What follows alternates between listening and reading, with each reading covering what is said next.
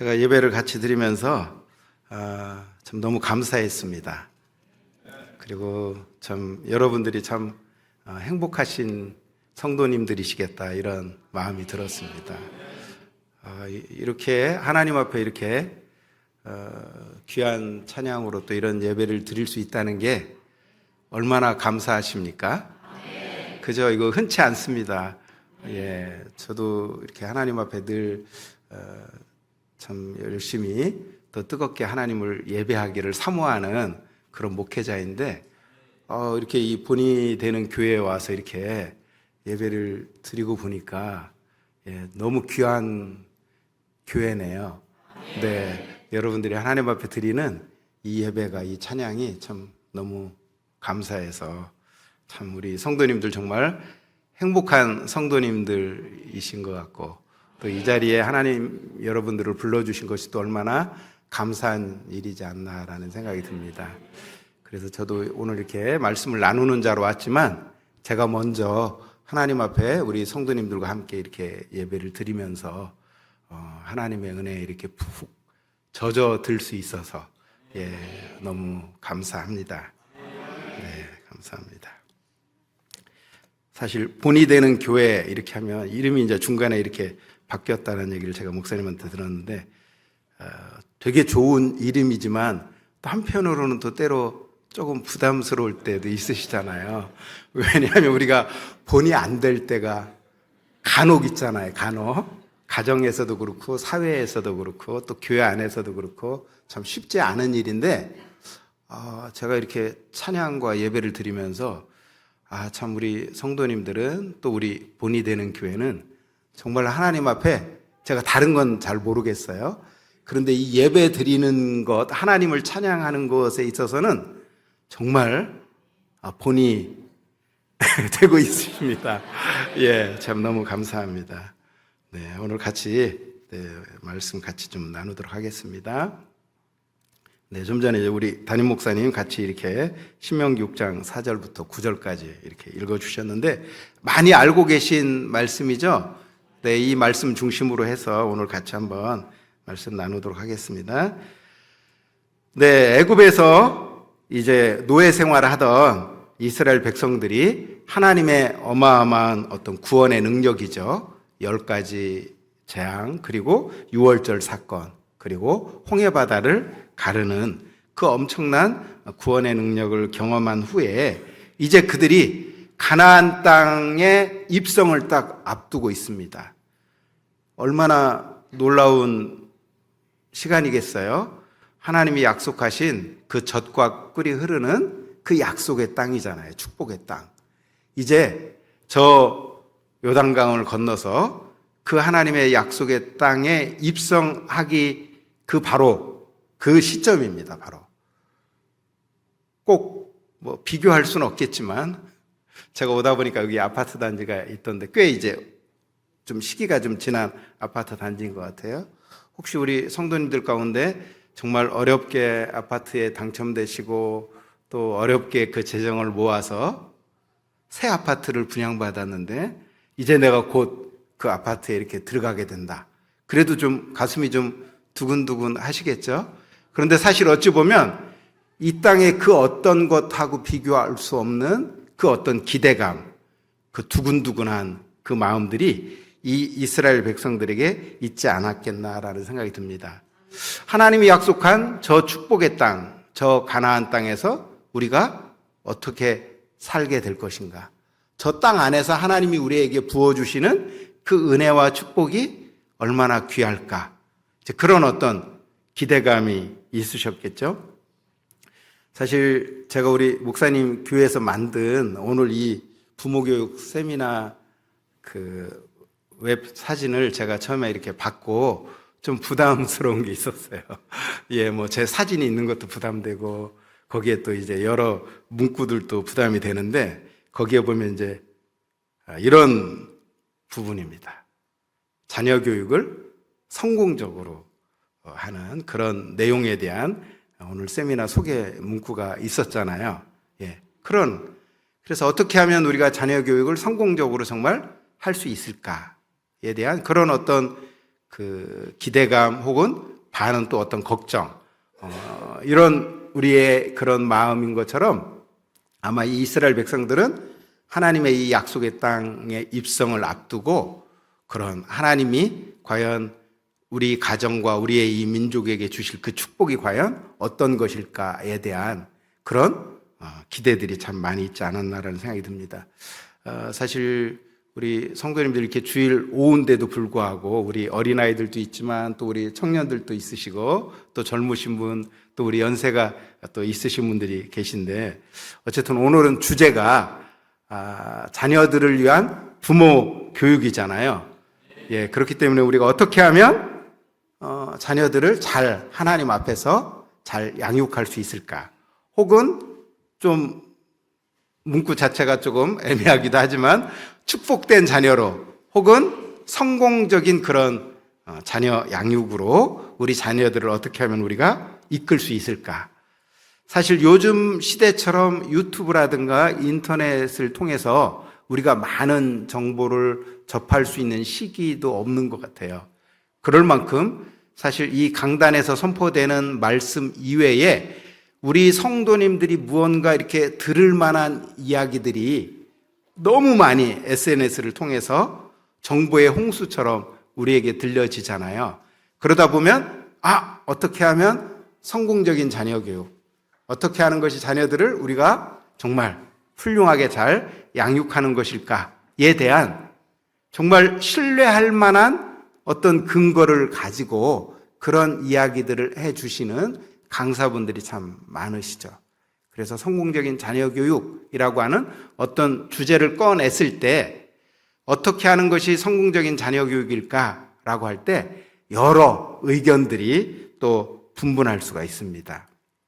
근데 오늘 이 신명기 6장 4절로 9절을 제가 우리 성도님들에게 이 세미나의 주제 말씀으로 정한 이유는 바로 우리 성공적인 자녀 교육에 대한 어떤 기대감을 가지고 계신 우리 부모님들의 어떤 마음과 오늘 이 요단강을 건너서 가나안 입성을 앞둔 그 이스라엘 백성들이 가지고 있는 그들의 그 마음이 어떤 부분에 있어서는 꽤 같이 일치되는 부분이 있겠다. 왜냐하면 약속의 땅이고 축복의 땅이기 때문에 어떻게 하면 나와 우리의 가족들이, 나의 자녀들이 하나님이 예비한 저 엄청난 축복을 누릴 수 있을까? 어떻게 하면? 사실 우리 부모님들은 다 이런 마음을 가지고 계실 거예요. 어떻게 하면 나의 자녀들이 정말 하나님이 예비한 저 젖과 꿀이 흐르는 땅과 같은 저 가나안의 축복을 어떻게 하면 나의 자녀들이 누릴 수 있을까? 그런 우리 부모님들의 그 간절한 기대와 소망이 이 젖과 꿀이 흐르는 이 가나안 땅 입성을 앞둔 우리 이스라엘 백성들의 그 기대감과 또 같이 일치되지 않겠나라는 그런 마음 가운데서 오늘 이 말씀을 우리 성도님들과 함께 나누게 됐습니다. 하나님의 축복을 맛보며 살아가야 되잖아요. 우리가 죽어서 천국에 가서만 그 하나님의 축복을 누리는 것이 아니라 이 땅에서부터 우리가 하나님이 예비한 그 축복을 맛보며 살아가야 되는데 이 이스라엘 백성들이 그 가나안 땅에서 하나님이 예비한 그 축복을 맛보듯이 우리 본이 되는 교회 성도님들이 이 땅에서부터 하나님이 예비한 그 축복을 특별히 나뿐만 아니라 나의 자녀들이 이 축복을 맛보며 살아가기를 우리가 소망할 텐데 그때 하나님께서 그 이스라엘 백성들에게 주신 말씀이거든요.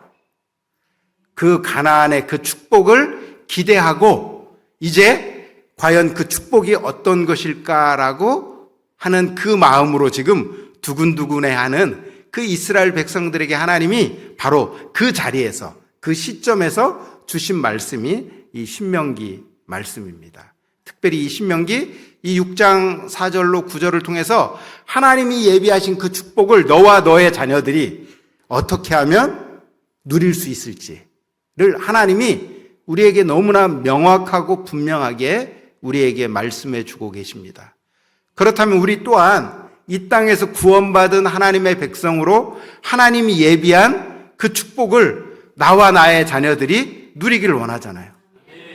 그렇다면 우리에게도 또한 하나님이 오늘 이 신명기 말씀을 통해서 너무나 분명하게 어떻게 사는 것이 하나님이 예비한 이 축복을 누리며 사는 삶인지, 쉽게 말하면 세상적으로는 어떻게 사는 것이 성공적인 인생을 살아가는 것인지에 대해서 이 신명기는 우리에게 너무나 분명하게 말씀해 주고 있다라는 것입니다. 우리 성도님들 잘 알고 계시죠? 그 삶이 바로 어떤 삶인지. 네, 우리 다 같이 다시 한번 읽어보겠습니다. 가운데 안에 들어있는 말씀 보이시죠? 4절 5절 같이 읽겠습니다.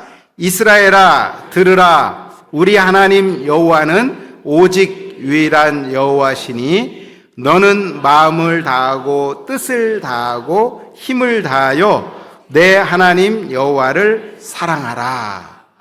아멘. 하나님이 약속한 그 축복을 맛보며 살아가야 될 그 하나님의 백성들에게 하나님이 주신 너무나 강력한 말씀입니다. 그것은 바로 마음을 다하고 뜻을 다하고 힘을 다하여 내 하나님 여호와를 사랑하라 라는 것입니다. 너의 존재를 다하여 하나님을 사랑하라는 것입니다. 그러면 그 다음 이어지는 말씀에 보면 너희들이 그렇게도 바라는 그 가나안 땅에서의 그 약속된 그 축복을 누리게 될 것이다 라고 하면서 이어지는 말씀입니다. 이스라엘아 듣고 삼가 그것을 행하라. 그리하면 네가 복을 받고 내 조상들의 하나님 여호와께서 내게 허락하심같이 젖과 꿀이 흐르는 땅에서 네가 크게 번성하리라. 10절에 보면 내 하나님 여호와께서 내 조상 아브라함과 이삭과 야곱을 향하여 네게 주리라 맹세하신 땅으로 너를 들어가게 하시고 네가 건축하지 아니한 크고 아름다운 성읍을 얻게 하시며. 이런 복이 어디 있어요? 예, 네가 건축하지 아니한 크고 아름다운 성읍을 얻게 하시며 네가 채우지 아니한 아름다운 물건이 가득한 집을 얻게 하시며 네가 파지 아니한 우물을 차지하게 하시며 네가 심지 아니한 포도원과 감람나무를 차지하게 하사 네게 배불리 먹게 하시겠다는 것입니다.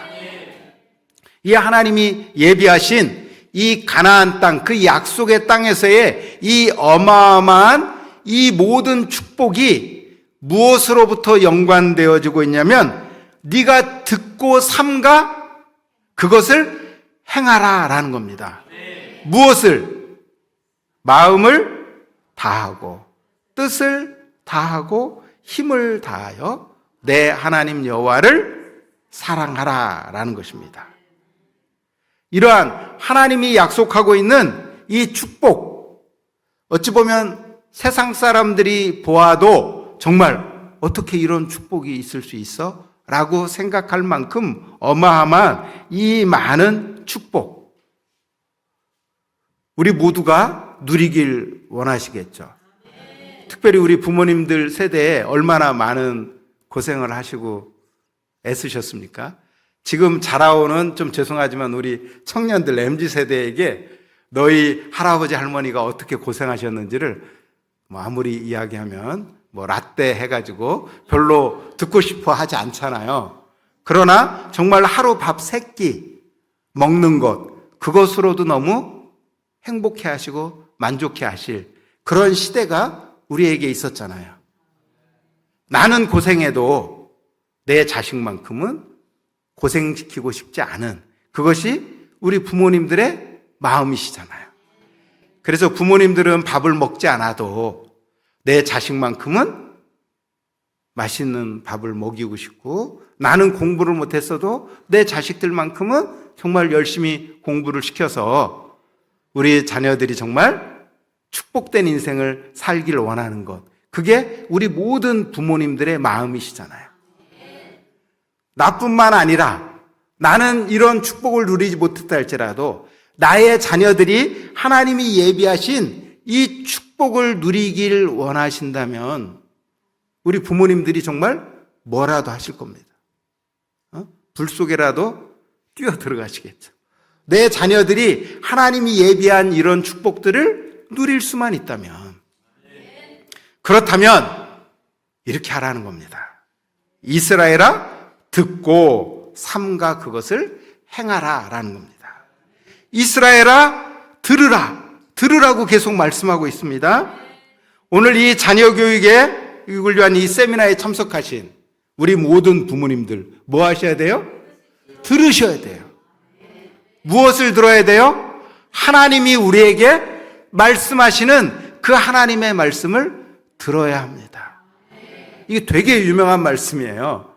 예? 이스라엘의 모든 그 자손 대대로 부모님이 자녀들에게 반드시 빼놓지 않고 들려주는 말씀입니다. 쉐마 해가지고 들으라. 하나님의 말씀을 들으라는 거예요. 왜? 바로 여기에 너희들의 생명의 길이 있기 때문이에요. 여기에 너의 자녀들의 축복된 길이 있기 때문이에요. 그래서 우리에게 들려지는 그 많은 유명 강사들의 어떤 이야기들의 이야기도 우리가 때로는 들어야 될 내용이 있지만, 그러나 그 어떤 내용보다도 살아계신 만군의 여호와이신 그 하나님이 지금 이스라엘 백성들에게 전하고 있는 이 말씀이 이 시대를 살고 있는 우리에게도 동일한, 나와 우리의 가족이, 나의 자녀들이 하나님이 예비하신 이 축복을 누리고 살아가는 데 있어서 반드시 필요한 너무나 분명한 축복의 길이기 때문에 하나님은 우리에게 말씀하고 있는 겁니다. 삼가 듣고 행하라. 이스라엘아, 들으라 라고 말씀하고 있습니다. 여러분들만 듣는 것이 아니라 지금 이 자리에서 말씀을 대언하고 있는 저도 계속해서 하나님 앞에서 이 말씀을 들어야 될 말씀이다라는 것입니다. 이스라엘아, 들으라. 우리 하나님 여호와는 오직 유일한 여호와시니 너는 마음을 다하고 뜻을 다하고 힘을 다하여 내 하나님 여호와를 사랑하라. 약속의 땅 가나안에서 축복된 삶을 사는 비결, 그리고 이 세상에서 우리가 하나님이 예비하신 그 축복된 삶을 살 수 있는 비결, 바로 마음을 다하고 뜻을 다하고 힘을 다하여 우리의 하나님 여호와를 사랑하는 겁니다. 그렇다면 우리가 어떻게 마음을 다하고 뜻을 다하고 힘을 다하여 우리 하나님 여호와를 사랑할 수 있을까? 왜? 이게 핵심이니까. 우리가 이렇게 전 존재를 다하여 하나님을 사랑하는 것이 이스라엘 백성들 뿐만 아니라 지금 이 시대를 살고 있는 우리 모든 구원받은 하나님의 백성들이 누릴 수 있는 정말 보장된 축복의 길이기 때문에 우리는 그 어떤 것보다도 마음을 다하고 뜻을 다하고 힘을 다하여 하나님을 사랑해야 되겠죠. 그렇다면 우리가 어떻게 그 하나님을 이렇게 사랑할 수 있을까? 그것 또한 하나님이 우리에게 계속 말씀해 주고 있습니다. 그것은 바로 뭐예요? 부모된 너희가 오늘 내가 네게 명하는 이 말씀을 너는 마음에 새겨야 된다라는 겁니다. 부모인 네가 먼저 하나님의 말씀을 너의 마음에 새기고, 그리고 이어서 어떻게 해요? 내 자녀에게 부지런히 가르치며 집에 앉았을 때든지 길을 갈 때든지 누워있을 때든지 일어날 때든지 이 말씀을 강론할 것이다. 168분의 1은 It's not enough라는 그런 글귀가 있어요.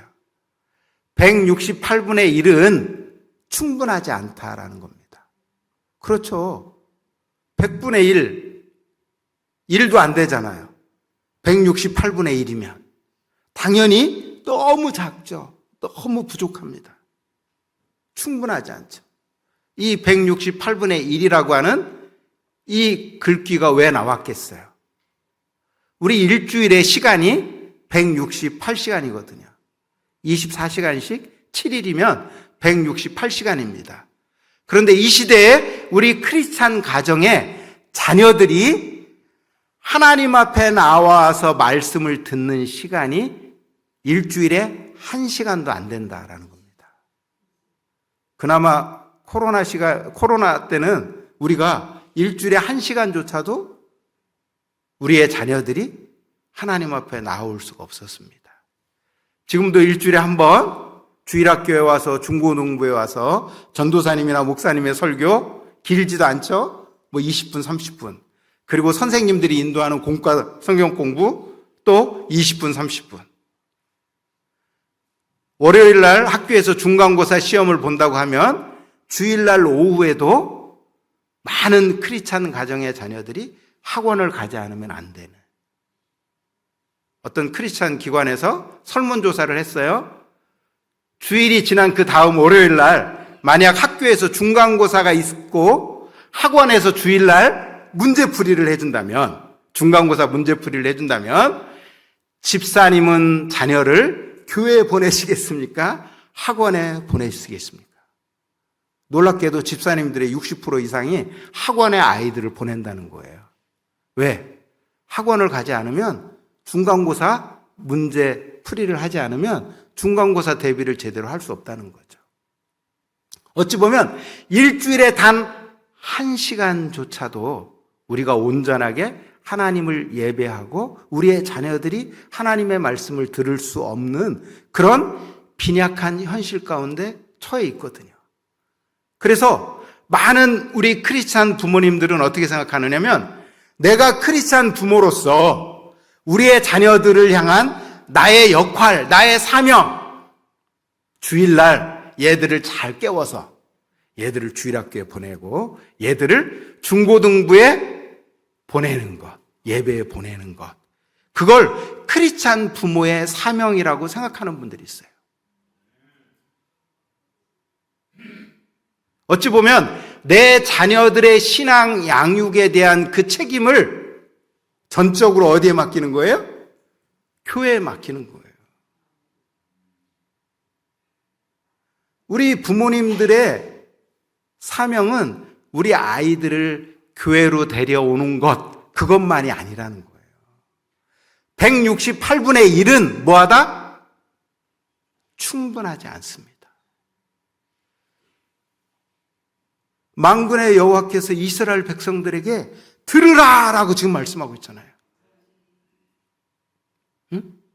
여호와를 사랑하라라고 말씀하면서 그 다음 이어지는 말씀이에요.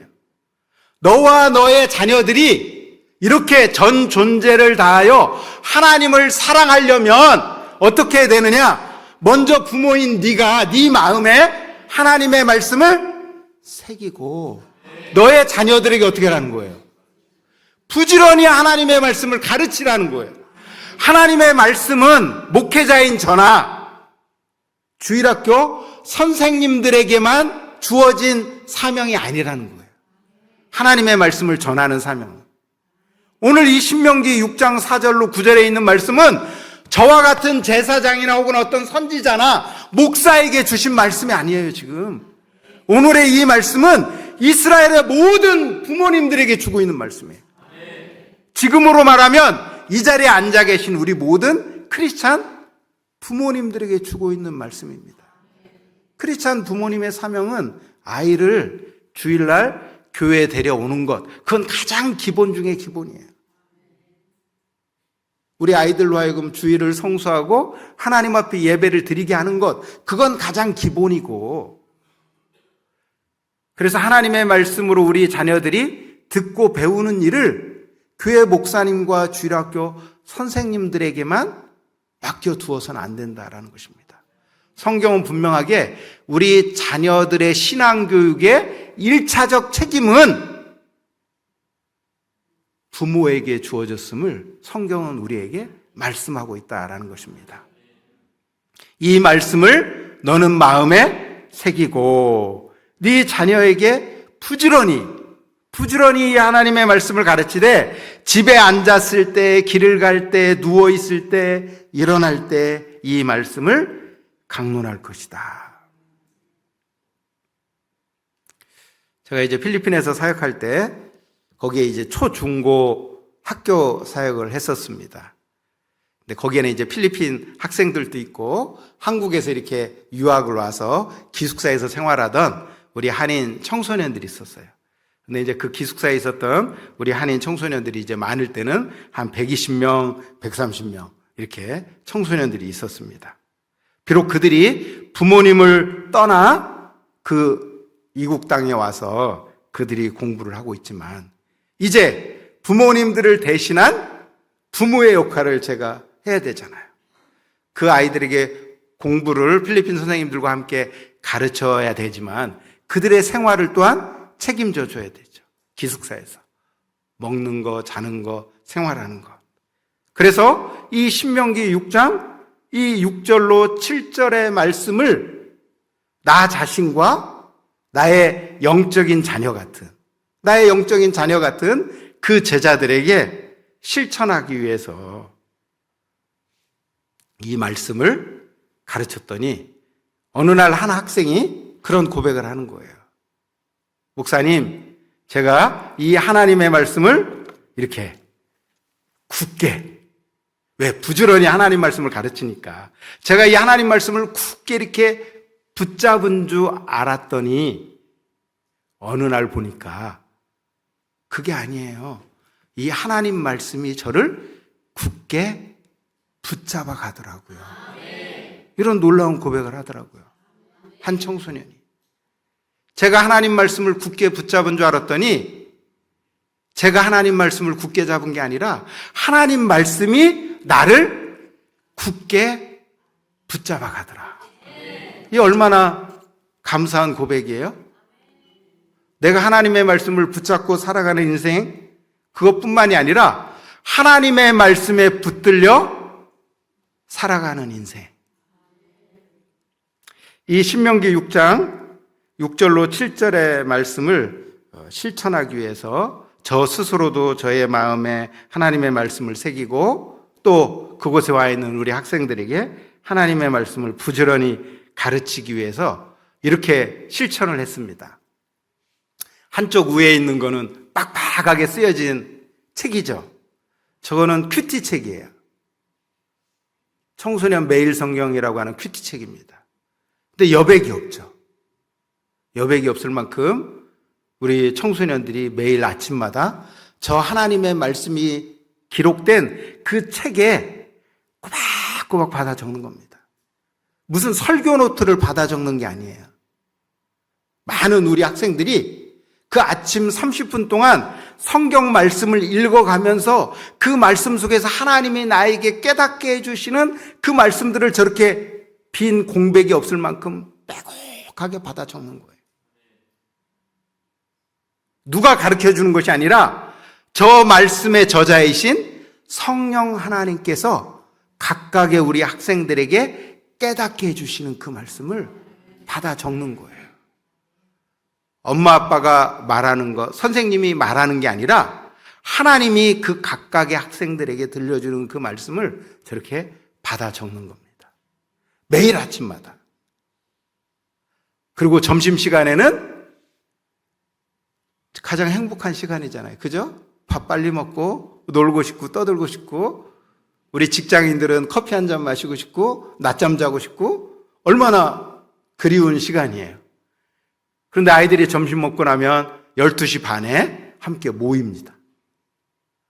그래서 그 쉬고 싶고 놀고 싶은 그 시간에 다시 우리 학생들이 저렇게 그룹으로 모여서 뭘 해요? 저 묵상한 말씀을 나누는 거예요. 그룹 안에서. 아침에는 나와 하나님이 대면해서 그 하나님이 나에게 들려주시는 말씀을 저렇게 열심히 받아 적고 기록하고 점심시간에는 그 각자에게 주셨던 그 하나님의 은혜들을 같이 친구들과 선후배들과 함께 나누는 겁니다. 일주일에 한 번이 아니라 어떻게? 부지런히 매일 집에 앉았을 때든지 걸어갈 때든지, 그래서 매일 점심시간에 함께 친구들과 함께 말씀을 나눕니다. 그리고 그날 저녁에 또 함께 모두가 또 예배를 드립니다. 우리 성도님들은 새벽 기도를 드린다면 저희는 저녁 예배를 드립니다. 그리고 그때 또다시 하나님 말씀을 들어요. 어떤 말씀으로 듣느냐? 그날 아침에 본인들이 묵상하고 점심시간에 친구들하고 함께 나눈 그 본문의 말씀으로 제가 다시 설교를 해요. 그러니까 저희 학교 아이들은 그날 큐티 본문의 말씀을 하루에 몇 번을 듣는 거예요?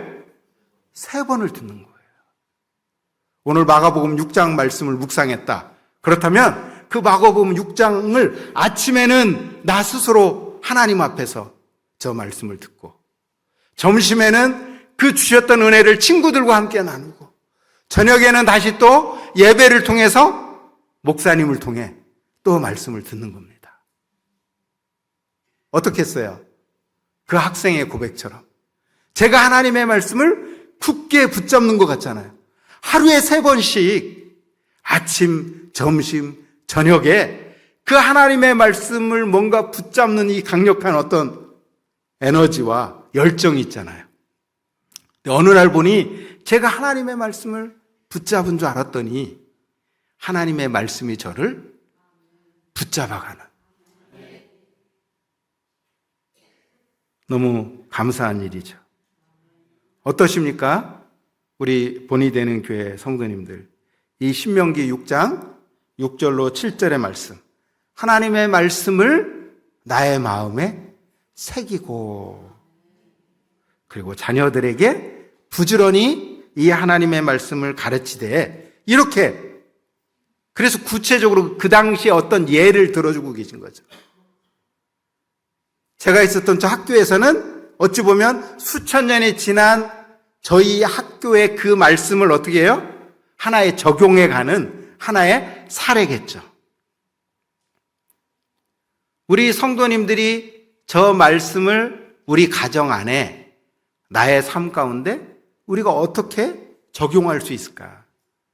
어떻게 하면 부모인 나의 마음에 하나님의 말씀을 새길 뿐만 아니라 정말 나의 자녀들에게 168분의 1이 아니라 매일매일, 그것도 어찌 보면 한 번 듣고 끝나는 것이 아니라 들었던 그 말씀을 되씹듯이 다시금 기억하고, 그래서 그 말씀을 붙잡고 살 뿐만 아니라 그 말씀이 나와 우리 자녀들의 생각과 말과 발걸음을, 행동을 이끌어가게 할 수 있을까? 제가 한국을 16년 만에 돌아왔거든요. 6년 전에. 이제 한국에 와서 꽤 적응을 했습니다. 우리가 농담처럼 필리핀에 살 때 한국에서 어떤 손님이 오시면 제가 농담처럼 그런 이야기를 해요. 우리 학교 애들은 철이 없어요. 그런데 우리 애들이 인사를 되게 잘하거든요. 우리 어르신들한테 정말 인사를 잘했어요. 근데 제가 농담이에요. 우리 애들은 철이 없습니다. 철이 안 들었어요. 이런 말을 합니다. 왜냐하면 필리핀은 계절이 없어서, 사계절이 없어서 애들이 철이 없습니다. 제가 그런 표현을 했는데, 제가 16년을 어쨌든 계절이 없는 필리핀에서 살다가 한국에 오니까 이 추위가 적응이 안 되잖아요. 그래서 제가 조심조심 살았습니다. 조심조심 다니고, 어쨌든 제가 이제 먼 땅에 이렇게 신토부리에다가 이렇게 떠나 있다가 다시 왔으니까 이렇게 적응하고 사는데, 놀란 것 중에 하나가 한국이 엄청 바빠요. 엄청. 그 이전하고는, 2002년도하고는 너무 판이하게 달라요. 특히 우리 어머니들께서 일하시는 분들이 너무 많으셔요. 제가 볼 때는, 그래서 수요 예배, 서울 같은 경우는 만약 7시 반에 예배를 드린다 그러면 수요 예배를 오실 어머니들이 흔치 않으시겠더라고요. 왜? 맞벌이 하시는 어머니들이 너무 많으시니까, 직장 생활하는. 근데 어머니들만 바쁜 게 아니에요. 애들도 너무 바빠요.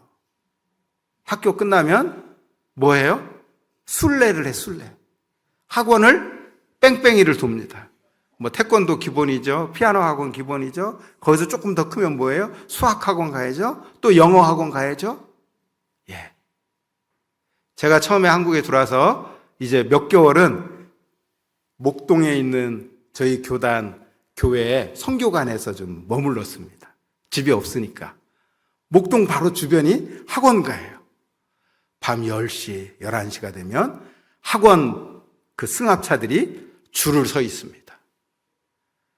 그 밤에 아이들이 이제 집을 가는 거죠. 엄마들 바빠요. 아이들 바빠요.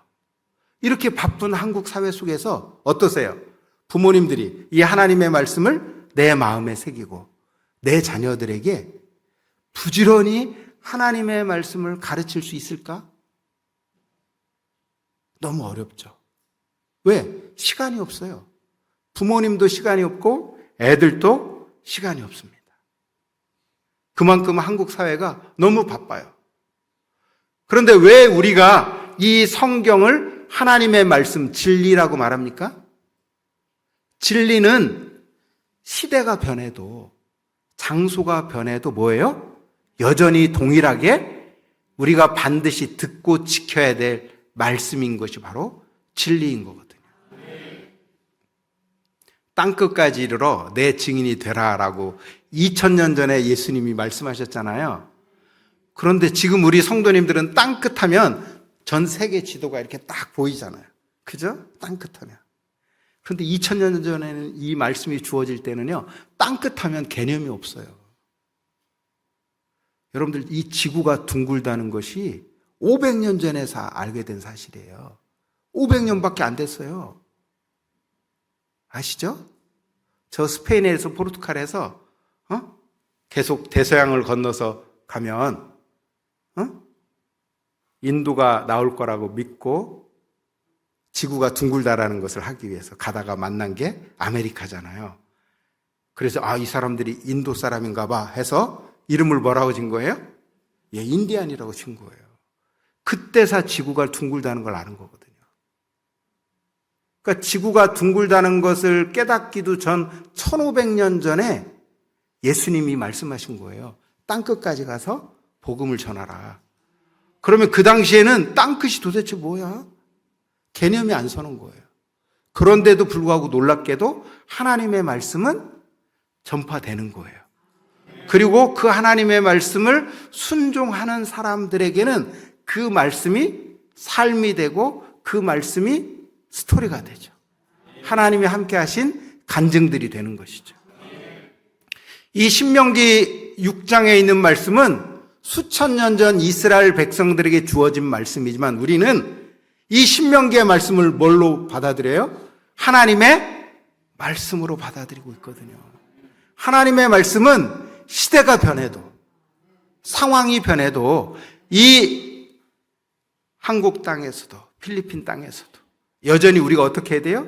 지키고 순종해야 될 말씀이고 또한 우리 모두가 그 하나님 앞에 마음을 먹고 하나님의 은혜를 구할 때 그 하나님이 우리로 하여금 이 말씀을 순종할 수 있는 길들을 열어주시죠. 그렇기 때문에 거기서 뭐가 나오는 거라고요? 간증이 나오는 거죠. 불가능한 상황 속에서 힘든 상황 속에서도 불구하고 이 말씀이 오늘 나에게 주어지는 말씀인 것을 우리가 믿고 그 말씀 앞에 순종하기로 결심하고 발을 내디드니까 그 길이 없던 곳에 하나님이 길을 하나하나 만들어 가셨다라고 우리는 고백하는 거잖아요. 그래서 그 길을 만드시는 그 하나님에 대한 그 스토리가 우리 모든 하나님의 자녀들에게는 있는 것이죠. 그래서 간증은 어떤 특별한 선교사나 혹은 어떤 특별한 크리스찬에게만 있는 것이 아니라 하나님의 말씀인 이 성경을 하나님의 말씀으로 믿고 순종하고 발을 내딛는 모든 크리스찬들은 간증이 있는 거죠. 너무 힘들었지만 불가능한 말씀이었지만 너무 바빴지만 제가 이 하나님의 말씀을 순종하고 나아갔더니 하나님이 이렇게 길을 열어주셨어요 라고 우리는 우리와 함께 하시는 하나님에 대한 그 스토리를 이야기할 수 있는 것이죠. 그러니까 중요한 것은 얼마나 바쁘냐, 엄마가 맞벌이를 하느냐, 아이들이 학원을 순례하느냐, 그것은 잠시 우리를 고통스럽게 하는 하나의 문제일 뿐이죠. 그러나 그것이 우리로 하여금 이 하나님의 말씀을 경험하지 못하게 하는 영원한 장벽이 될 수는 없는 것이다라는 것입니다. 중요한 것은 우선순위의 문제입니다. 우리 성도님들이 제가 이 하나님의 말씀에 얼마나 가치를 부여하느냐는 거예요. 한 권사님의 이야기입니다.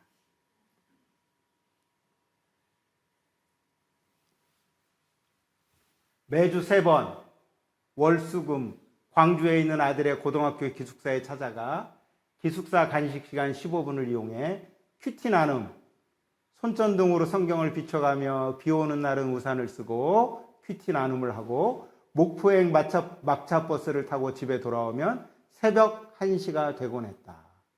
15분 큐티 나눔을 위해 왕복 4시간을 길바닥에서 허비했지만 이 시간은 두고두고 값진 은혜로 되돌아오는 가장 좋은 시간이 됐다. 목포에 있는 한 교회의 권사님이 쓴 그분의 어떤 글에 있는 내용입니다. 그 당시, 저 글이 쓰여진 당시에 목포와 그 광주까지 이 권사님의 집과 그 아들의 학교까지 2시간이 걸리는 그런 거리였다는 거예요. 그런데도 불구하고 그 아들과 일주일에 3번씩, 아까 우리는 점심시간에 큐티 나눔을 했다면 이 가정은 일주일에 3번씩 이 어머니가 그 아들과 함께 큐티 나눔을 하기 위해서 그 아들이 큐티했던 그 말씀을 다시금 기억하고 되씹고 그 말씀 앞에 붙들려 살아가는 그 아들의 인생이 되기를 바라는 뭐예요? 어머니의 간절함이죠. 어머니는 이 일에 뭘 둔 거예요? 우선순위를 둔 겁니다. 이 일에 가치를 둔 거예요. 제가 이런 비교를 드리는 게 너무 천박할 수 있습니다. 우리 성도님들에게 제가 이런 비유를 드려서 너무 죄송해요. 본이 되는 교회 성도님들인데, 만약 내가 저녁 9시에 우리 집이 살고 있는 데가 여기 시흥인데 서울 어느 지역까지 가는데 2시간이 걸려요. 근데 가서 15분 과외를 해줘. 그리고 다시 돌아오는데 2시간이 걸려요. 집에 시흥이 오면 새벽 1시가 돼. 근데 한 번 갔다 올 때마다 4시간이 걸리는데 100만 원을 줘요. 과외비. 되게 고액 과외죠? 예. 15분 과외인데 100만 원을 준대. 그럼 일주일에 3번 갔다 오면 얼마예요? 300만 원이죠? 한 달이면 얼마예요? 1200만 원이죠. 예. 어떠시겠어요, 우리 성도님들? 저는 해요. 밤 9시에 가서 새벽 1시에 오지만 저는 100이면 100 합니다. 예. 우리 성도님들은 안 하세요? 예. 우리 성도님들은 돈을, 황금을 돌같이 보시는 분들이신지 모르겠는데 제가 볼 때 대부분의 우리 크리스찬들 다 하십니다. 돈을 사랑하는 게 아니에요. 우리는 그 돈을 또 뭐예요? 가치 있게 쓸 수 있잖아요. 그죠? 그런데 만약 서울에 내 아들이 있고 딸이 있어요. 그런데 그 아들과 딸과 내가 일주일에 3번 큐티 나눔을 15분을 한다. 말씀 묵상한 걸 같이 나누기 위해서 서울을 갔다 온다. 어떠세요? 해요? 할 것 같아요? 정신 나간 거예요? 혹시 너무 유별나요? 저는 이제 노량진에 있는 그 CTS 기독교 TV에서 이런 다음 세대를 위한 사역을 도우면서 제 아내가 이제 그 크리스찬 글로벌 스쿨의 교장으로 있는데, 수원에서 지금 이제 초등학교 3학년이 된 애가 8살 때 수원에서부터 저희 학교를 다녔어요. 수원역까지 가서 무궁화호를 타고 영등포역에서 내려서 다시 또 지하철 타고 노량진까지 왔습니다. 그 아이가 저희 학교를 다닐 때 그의 할아버지 할머니들이 얼마나 뭐라고 했는지 몰라요. 왜 그러냐? 수원에는 학교가 없냐? 왜 이렇게 유별나냐? 정말 유별난 행동을 하셨죠, 그 부모님.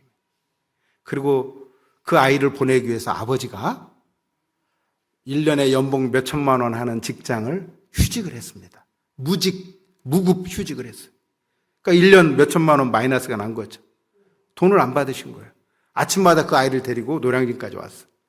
그리고 낮에는 교육선교에 대한 훈련을 받으시고 저녁 때 다시 아들을 데리고 갑니다. 그러니까 그 할아버지 할머니가 그런 겁니다. 그럼 1년 뒤에는 어떡할 건데? 1년은 지금 무급휴직으로 있는데 1년 뒤에는 어떡할 건데? 뭘 어떻게 해요? 내일 일은 난 몰라야죠. 우리 크리스찬들이 내일 일을 어떻게 알아요? 그런데 오늘 나에게 지금 하나님이 이 말씀을 주고 있다면 1200만 원은 가치 있게 여기고 우리가 나의 자녀와 함께 하나님의 말씀을 나누는 것에는 그 정도의 가치를 우리가 부여하고 있지 않다면 정말 그분은 돈을 사랑하는 분이에요. 그러나 이 땅의 그 어떤 소중한 가치보다도 이 권사님은 뭐예요? 여기에 가치를 둔 거예요. 나의 아들과 함께 나의 아들이 하나님의 말씀을 묵상하고 그 하나님의 말씀대로 순종하며 살아가는 그 인생을 살게 하기 위함이라면 내가 일주일에 3번씩 저 목포에서 광주까지 비록 내가 집에 밤 새벽 1시에 돌아오는 한이 있더라도 가서 단 그 15분 어떨 때는 우산 쓰고 어쩔 때는 후레쉬로 성경책을 비추면서 하나님의 말씀을 나눈다 할지라도 나는 그 어떤 것보다 이 일에 뭐 한다는 거예요? 가치를 두겠다는 겁니다. 가치. 왜? 만군의 여호와께서 말씀하고 있잖아요. 이스라엘아 들으라. 전심으로 하나님을 사랑하면 하나님이 예비한 그 축복된 삶, 세상 사람들이 그렇게 바라는 그 성공된 삶, 너와 너의 자녀들이 누리게 할 거라는 거예요. 그런데 너와 너의 자녀가 그렇게 하나님을 사랑하려면 반드시 선행돼야 될 게 있어요. 그냥 우리가 하나님 사랑하고 싶다고 하나님 사랑해지는 게 아니잖아요. 그렇게 전 존재를 다해 하나님을 사랑하려면 어떻게 하라는 거예요? 부모인 네가 먼저 너의 마음에 하나님의 말씀을 새기라는 거예요. 그리고 너의 자녀들에게 부지런히 하나님의 말씀을 가르치라는 겁니다. 그 길이 바로 너의 온 가족이 하나님을 전심으로 전 존재를 다하여 하나님을 사랑할 수 있는 길이다라는 것입니다. 나의 자녀들이 100%, 200% 하나님의 축복을 누릴 수 있다면 우리는 그 어떤 어려움이 있어도 해야만 하고 또 할 수가 있습니다. 매일 성경 큐티에 지난 1, 2월이 신명기였거든요. 그러다 보니까 그 표지에 저런 컷이 있었어요. 그래서 제가 이렇게 하나 발췌해왔습니다. 신명기 할 때 신이 도대체 뭐야? 이런 거예요. 신라면 할 때 신이야? 매운? 뭐 그런 신. 근데 뭐라고 되어 있어요? 저 신이? 거듭할 신, 되풀이할 신이라는 겁니다. 거듭하고 되풀이 되어지는 이스라엘 백성들이 반드시 꼭 순종해야 될 하나님의 말씀이기 때문에 이스라엘 백성들이 반드시 들어야 될 하나님의 말씀이기 때문에 신명기라는 거예요. 되풀이돼서 거듭해서 지금 선포되고 있는 것입니다. 우리가 왜 거듭해서 들어요? 중요하기 때문입니다. 그 중에 우선순위가 있기 때문입니다. 그래서 예수님조차도 한 율법학자와 대화를 하면서 그렇게 이야기를 했잖아요. 크고 첫째 되는 계명이 바로 뭐다? 하나님을 사랑하는 것이다 라고 했죠. 저희 큰애가 지금 이제 31살 먹었는데요. 큰애 이름이 하린이에요. 되게 어렵죠, 이름이. 하린. 저희 학교에도 하자 쓰는 애들이 되게 많아요. 주로 우리 목회자 가정의 자녀들은 예자, 하자를 그렇게 많이 써요. 저희 집에도 하린이에요, 하린. 하는 하나님 생각하고 하를 쓴 거고요. 린은 이웃닌자를 생각한 겁니다. 이웃닌. 크고 첫째 되는 계명 하나님 사랑하는 거. 둘째 되는 계명 내 이웃을 내 몸과 같이 사랑하는 거.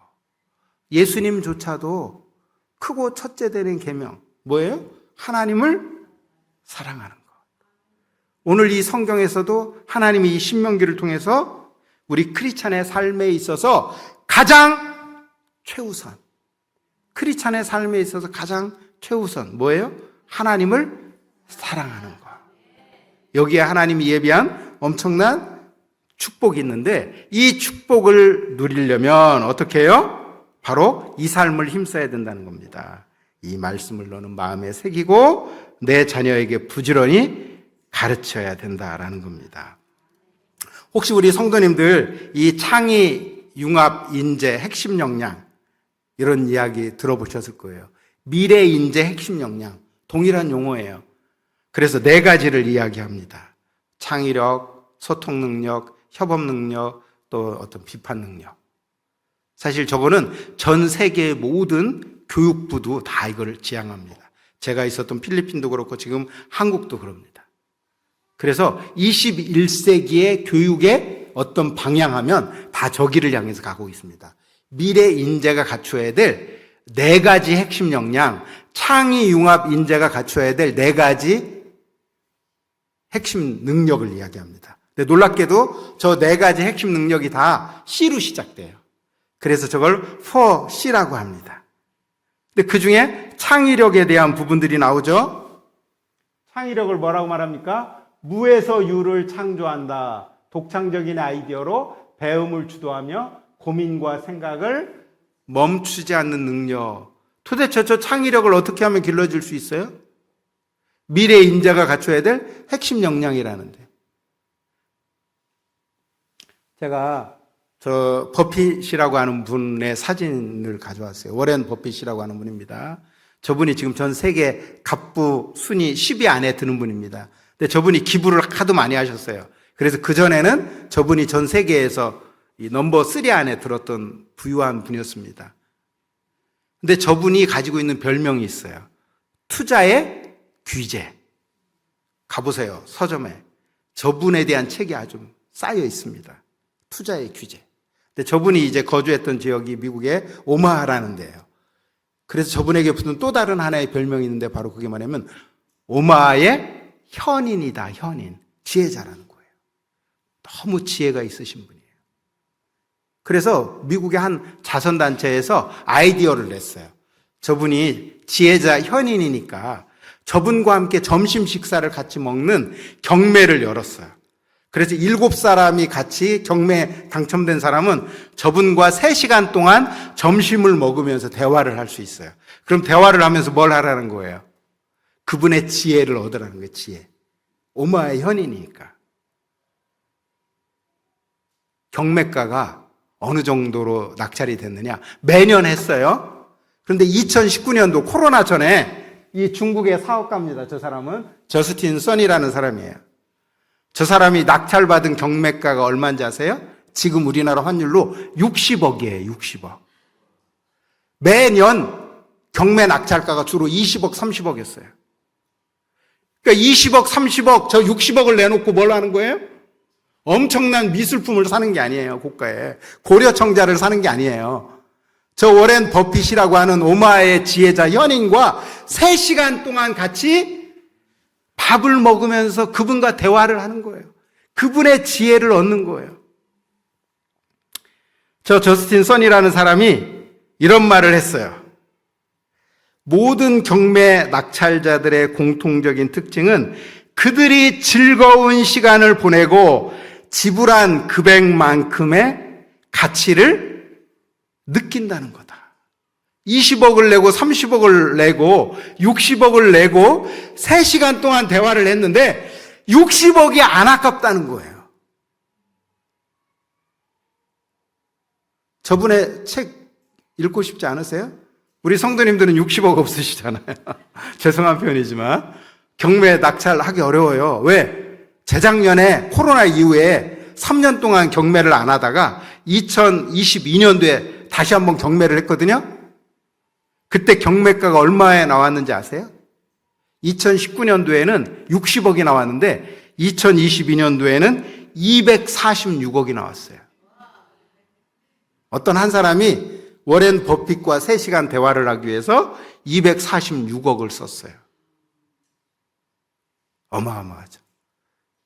자선단체는 저 돈을 다 모아서 집 없는 사람들, 가난한 사람들 자선하는 데 썼습니다. 60억을 써도 아깝지 않다. 왜? 오마의 현인이기 때문에. 그가 가지고 있는 그 지혜, 그분과의 그 대화가 나로 충분히 만족감을 주었다라는 겁니다. 그렇다면 우리 성도님들 어떠세요?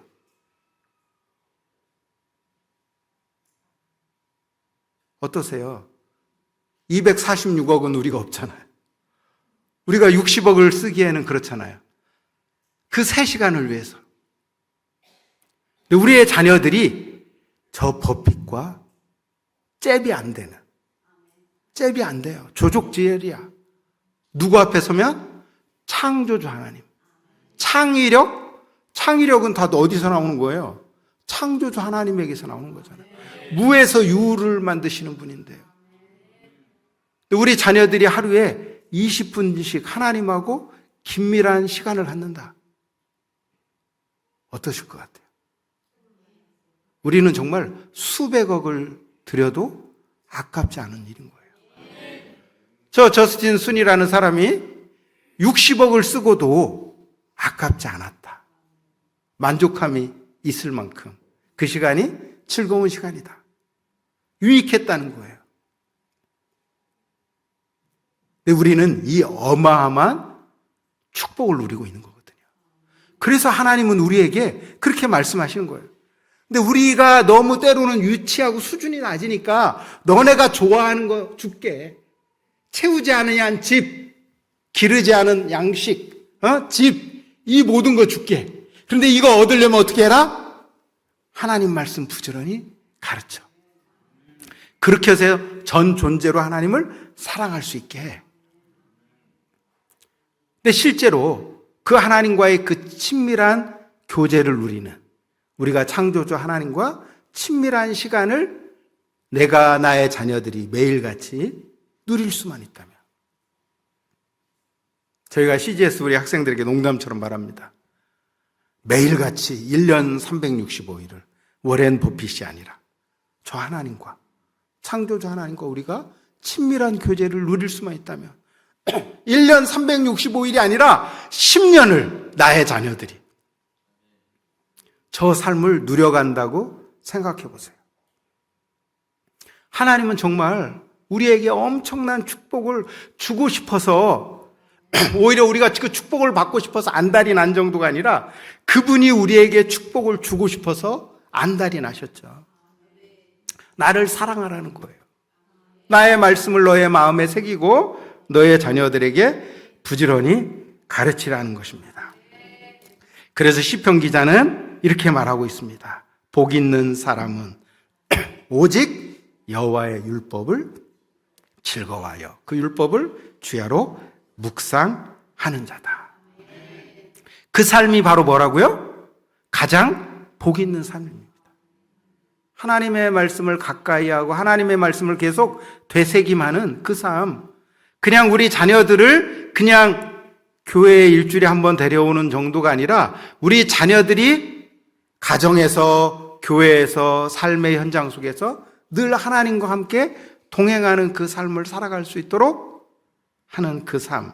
그들이 하나님의 말씀을 되새기며 살아가는 그 삶이 바로 복 있는 삶이다라고 말씀하고 있습니다.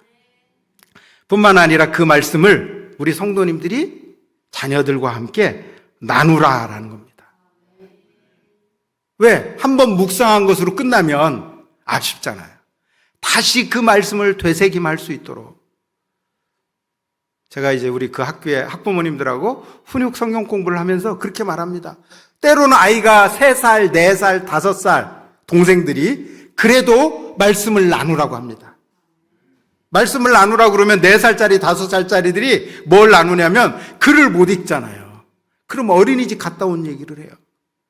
그냥 엉뚱한 얘기 합니다. 그런데 아빠, 엄마가 본을 보이는 거예요. 오늘 나에게 하나님이 이렇게 말씀하셨어.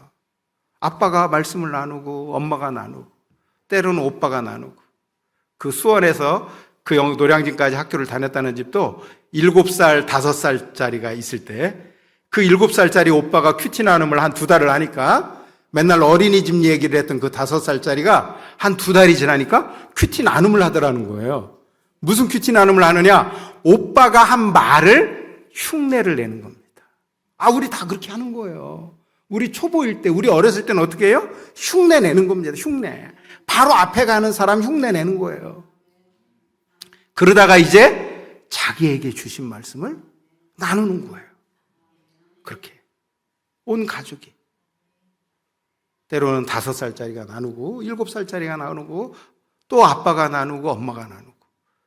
가장 좋은 가르침이 있다면 하나님 말씀 앞에 서는 아빠의 모습, 하나님 말씀 앞에 서는 엄마의 모습을 우리 아이들에게 보여주는 겁니다.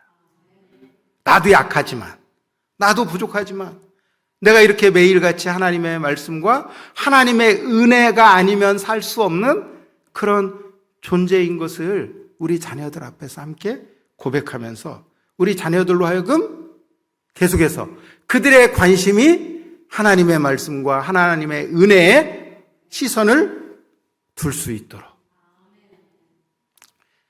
저희 학교 7살 된 친구들, 지금 이제 9살이 됐어요. 저 친구들이 코로나 때 큐티 나눔을 하는 사진입니다. 매일같이 아침에 같이 큐티를 하고 그 하나님이 주신 그 말씀을 같이 친구들하고 나눕니다. 놀랍지 않으세요? 저 창의융합 인재가 갖춰야 될 핵심 역량 4가지 중에 하나가 창의력이었다면 또 다른 하나가 뭐예요? 소통 능력이에요. 소통 능력. 그런데 우리 아이들이 매일마다 주제가 바뀌어요. 우리는 똑같은 레파토리를 하는 게 아니잖아요. 성경 말씀 본문이 매일같이 바뀌잖아요. 스토리가 바뀌잖아요. 어제는 야이로의 딸의 묵상을 했다면 그 전날은 또 혈루병 여인의 말씀을 듣는단 말이에요. 그 각각의 말씀을 아이들이 읽고 묵상하는 가운데 그 중에 하나님이 깨닫게 해주신 생각들을 정리하고 기록해서 어떻게 해요? 그것을 나누는 거예요. 매일마다. 학원에 가서, 웅변 학원에 가서 웅변을 배우고 소통 능력을 배우는 게 아니라 뭐예요? 하나님이 주시는 그 말씀을 내 생각 속에 잘 정리하고 기록해서 또 다른 친구들과 선생님들과 매일같이 나눈다고 생각해 보세요. 아이들이 어렸을 때부터. 그 아이의 소통 능력이 어떻겠습니까? 놀랍죠. 미리 원고를 준 게 아니고 그걸 외워서 나누는 게 아니잖아요. 매일매일 새로운 말씀 앞에 아이들이 대면하는 거예요. 근데 그 가운데 성령 하나님께서 깨닫게 해주신 그 말씀의 내용들을 나누는 겁니다. 1년 365일. 그렇게 나눈다고 생각해 보세요. 이게 얼마나 감사한 일이에요.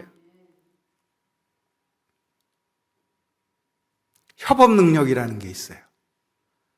미래 인재가 갖춰야 될, 창의융합 인재가 갖춰야 될 능력 중에 하나가 협업이에요. 저거는요, 우리 교회가 가르치는 게 아니에요. 애플의 사장님이나 삼성전자의 사장이나 전 세계 모든 기업가들이나 교육학자들이 말하는 거예요. 이 21세기의 교육은 저 방향으로 가야 된다는 거예요. 국가나 기업의 오너들이 저런 사람을 필요로 한다니까요. 창의력 있는 인재, 소통 능력이 있는 인재, 협업할 수 있는 인재를 원한다는 거예요. 우리가 어디에서 협업을 배우죠? 저는 협업의 가장 기본은 상대방에 대한 뭐예요? 존중이라고 생각해요. 타인을 존중할 줄 아는 사람이 타인과 뭐 할 수 있어요? 협업할 수가 있거든요. 그럼 타인에 대해서 뭘 해야 존중하는 거예요? 우리가 어떻게 하는 것이 타인에 대한 존중의 태도죠? 타인의 이야기를 잘 귀 기울여 주는 겁니다. 때로는 말 같지 않은 것 같은 그 말도 잘 들어주는 거예요. 그것이 타인에 대한 뭐예요? 존중이고 배려입니다. 제가 이제 우리 그 초등학생들하고 같이 지난주에도 큐티 나눔을 하면서 아이들에게 이야기를 했어요. 야, 큐티 나눔할 때 핵심은 뭐냐면 다른 사람이 큐티 나눔을 할 때 그 사람의 눈을 보는 거예요. 이렇게 나누는 사람의 눈을 보는 거예요. 그리고 그 눈을 보고 있다가 그 사람이 큐티 나눔을 할 때, 저 나눔이 나에게도 같이 동의되는 나눔이야. 나도 그래. 그럼 어떻게 하는 거예요, 지금? 이렇게 하는 거예요. 그래, 이렇게. 뭐 하는 거예요? 고개를 끄덕거려 주는 거지. 이게 뭐예요? 이게 공감이거든요, 공감. 우리 아이들이 매일같이 저 연습을 하는 거예요. 창조주 하나님과 하나님의 말씀을 묵상하고 그분과 교제할 뿐만 아니라 하나님이 주신 그 말씀을 나의 아빠와 엄마와 가족들과 주일날은 교회에 와서 선생님과 친구들과 함께 말씀을 나누는 거예요.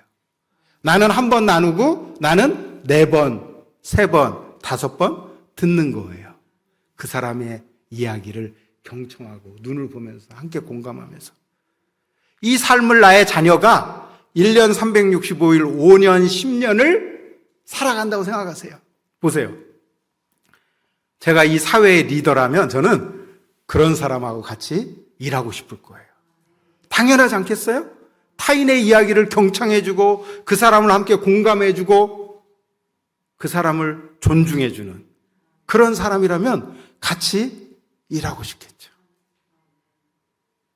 우리 성도님들이 나 자신의 마음에 하나님의 말씀을 새길 뿐만 아니라 나의 자녀들과 함께 하나님의 말씀을 같이 묵상하고 그래서 그 말씀이 우리 자녀들 안에도 심겨줄 수 있도록 하고 그리고 그 묵상한 말씀을 부모와 자녀가 함께 나누고 언제? 시간을 만드셔야죠. 어떻게? 그 일에 우선순위를 두시고 그 일에 가치를 두셔서 그 어떤 것보다 이 일이 가치 있는 일이잖아요. 얼마나 가치 있는 일이에요. 세상적으로도 저렇게 가치 있는 일인데 하나님 앞에서야 얼마나 저 일이 값지고 소중한 일이겠어요. 우리 자녀들이 하나님과 친밀해지는 영광을 누리고 있는 거거든요. 우리의 자녀들이 그 하나님을 닮아가는 그 영광을 누리고 있는 거거든요. 우리 자녀들이 전 존재로 하나님을 사랑하는 그 삶을 살아가고 있는 거거든요. 아프리카의 속담에 저런 말이 있습니다. 한 아이를 키우려면 온 마을이 필요하다. 그래서 오늘 이런 자리가 저는 마련된 걸로 믿습니다. 우리 부모님들이 이 삶을 잘 살아가도록 하기 위해서 교회가 뭘 하는 거예요, 지금? 판을 깔아주고 계신 거잖아요. 교회가 함께 이 일을 지지해 주시고 응원해 주고 있는 거잖아요. 부모님들이 마음에 하나님의 말씀을 새기고 우리 자녀들에게 부지런히 하나님의 말씀을 가르칠 수 있도록 하나님이 이 땅에 가정과 함께 뭘 세우신 거예요? 교회를 세워주신 거잖아요. 그래서 그 교회는 부모님들을 예수님의 제자로 세워가는 일을 하게 하는 거잖아요. 그리고 그 부모님들이 각 가정에서 어떻게 해요? 자녀들을 또한 예수님의 제자로 키워가는 거거든요. 그래서 자녀를 양육하고 훈육한다라는 이 디스플린이라고 하는 그 단어는 어원이 디사이플에서 왔어요. 훈육은 예수님의 제자를 키워내는 게 훈육입니다. 교회가 우리 부모님들을 예수님의 제자로 키우고 부모님들은 각 가정 안에서 어떻게 해요? 자녀들을 예수님의 제자로 키우는.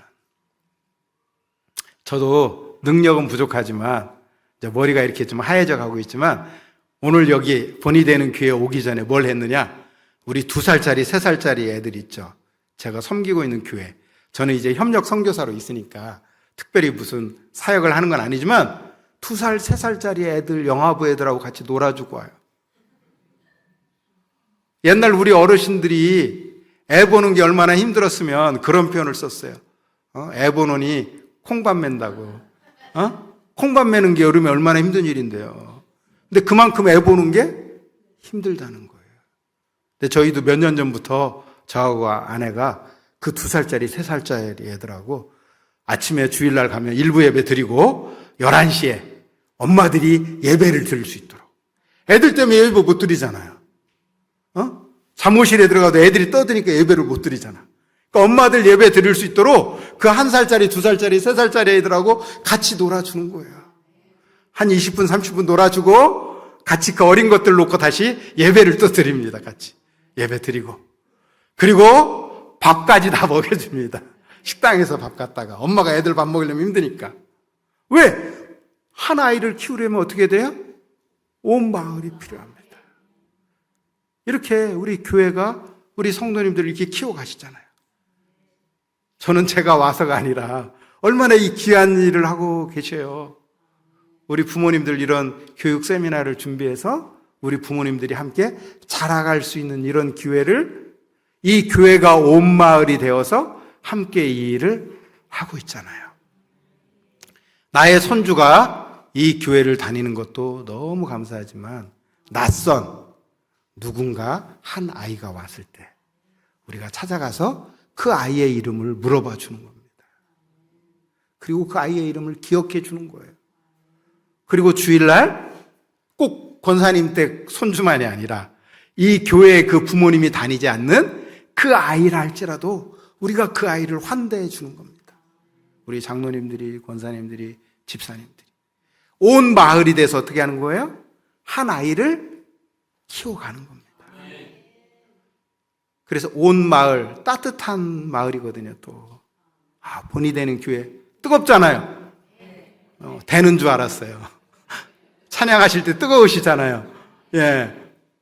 따뜻한 교회가 돼서 부모님이 신앙생활하지 않는 한 아이라 할지라도 우리가 그 아이들의 이름을 기억해주고 그 아이의 이름을 불러주는 거죠. 한 아이를 키우기 위해서 한 교회가 함께 아이들을 키워가는 이러한 은혜 가운데 부모님들이 우리의 마음 안에 하나님의 말씀을 새길 수 있고 또 그 자녀들을 부지런히 하나님의 말씀으로 가르침으로 말미암아 부모된 우리와 자녀들 모두가 마음을 다하고 뜻을 다하고 힘을 다하여 하나님 여호와를 사랑하는 그런 우리 모두가 되었으면 좋겠습니다. 그래서 정말 이 땅에서부터, 천국에서만이 아니라 이 땅에서부터 하나님이 예비하시는 저 축복, 하나님은 저 천국의 맛을 이 땅에서부터 어떻게 해요? 맛보여 주시기를 원하시거든요. 이 모든 축복을 다 누려가시는 우리 본이 되는 교회 성도님들 되시기를 축복합니다.